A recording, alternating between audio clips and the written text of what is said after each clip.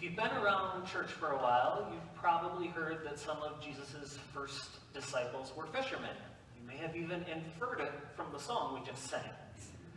We read about it each year at the feast of St. Andrew and Peter. You can see some fish and a net back on our stained glass window of St. Andrew. Children in Sunday school sing about Jesus promising to make his followers fishers of men. Once we've learned a fact, we naturally bring that knowledge with us wherever we approach the gospel.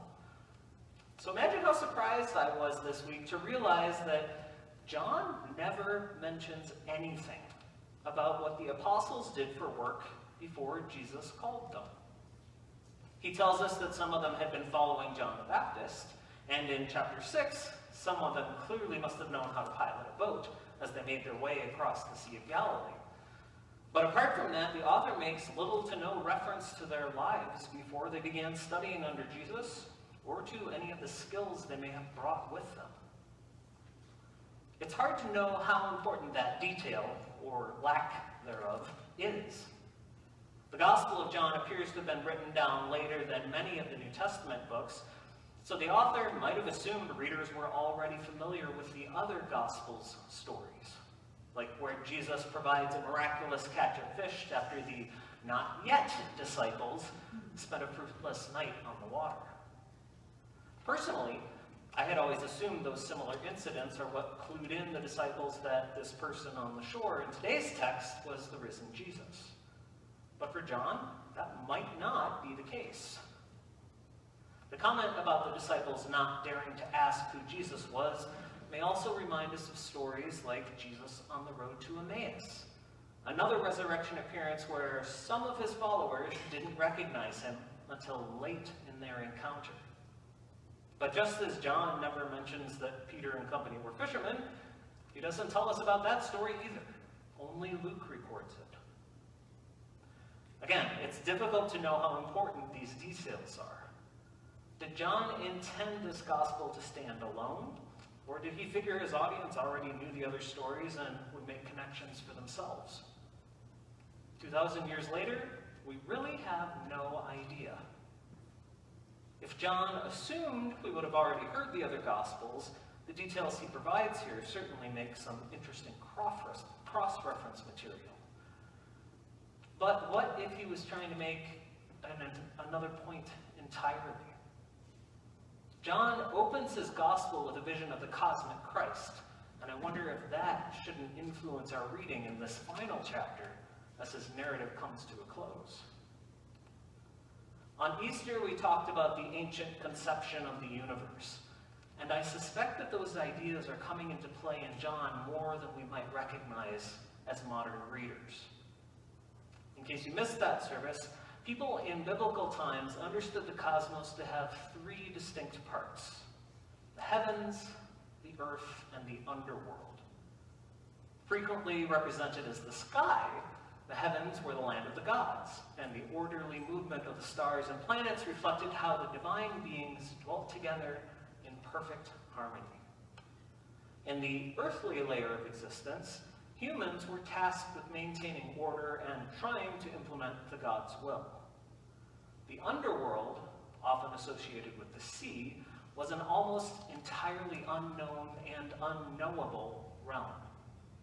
As all that had existed before the gods fought back the waters to provide a space for humanity to develop, the sea was also seen as the embodiment of primordial chaos, dangerous, unpredictable, and home to nameless terrors. You might remember also that movement between these three realms was mostly a one-way affair, and nearly always involved only the next adjacent layer.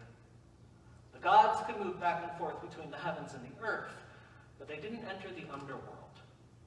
People would eventually move from earth to the underworld, but we couldn't really enter the heavens. And only rarely would someone reemerge from the gates of death, which forever kept its secrets to itself.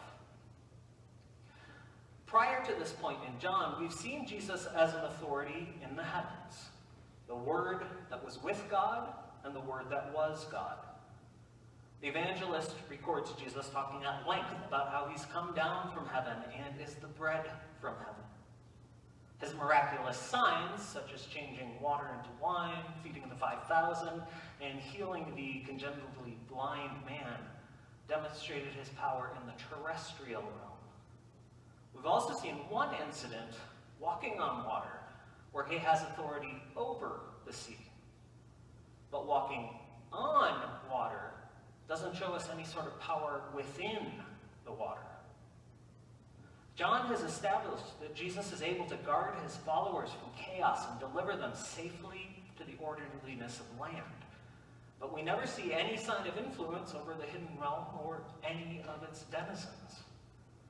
So, although Jesus has shown extensive evidence of his mastery of heaven and earth, there's nothing to prove that the sea itself, and by proxy, the underworld, has any reason to heed him.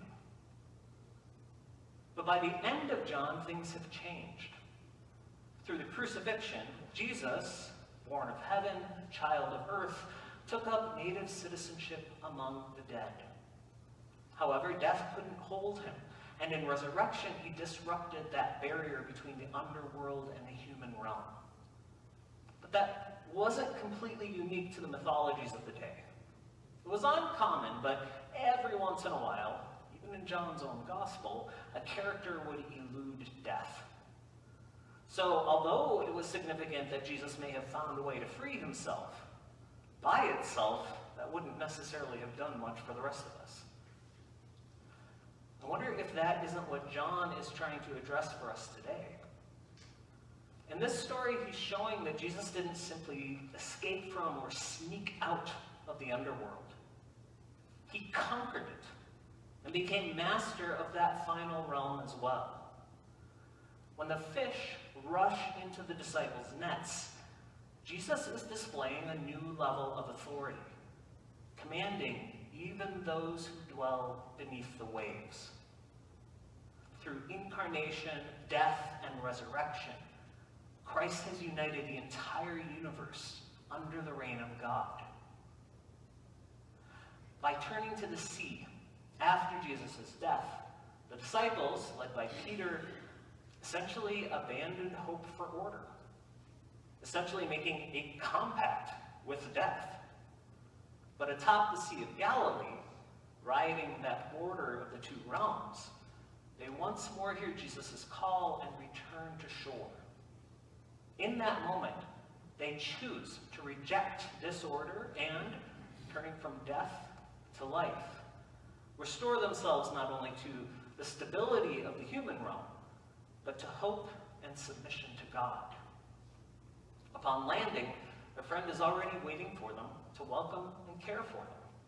And in that moment, they discover that the one who had been the Son of God and the Son of Man has fully become the Lord of all.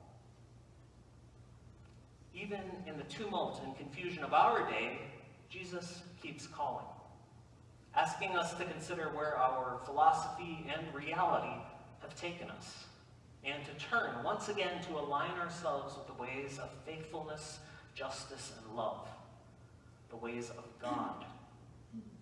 We may not always hear it clearly, but his voice continues to echo throughout the universe, calling to order all that exists.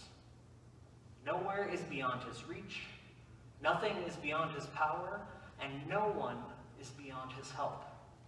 For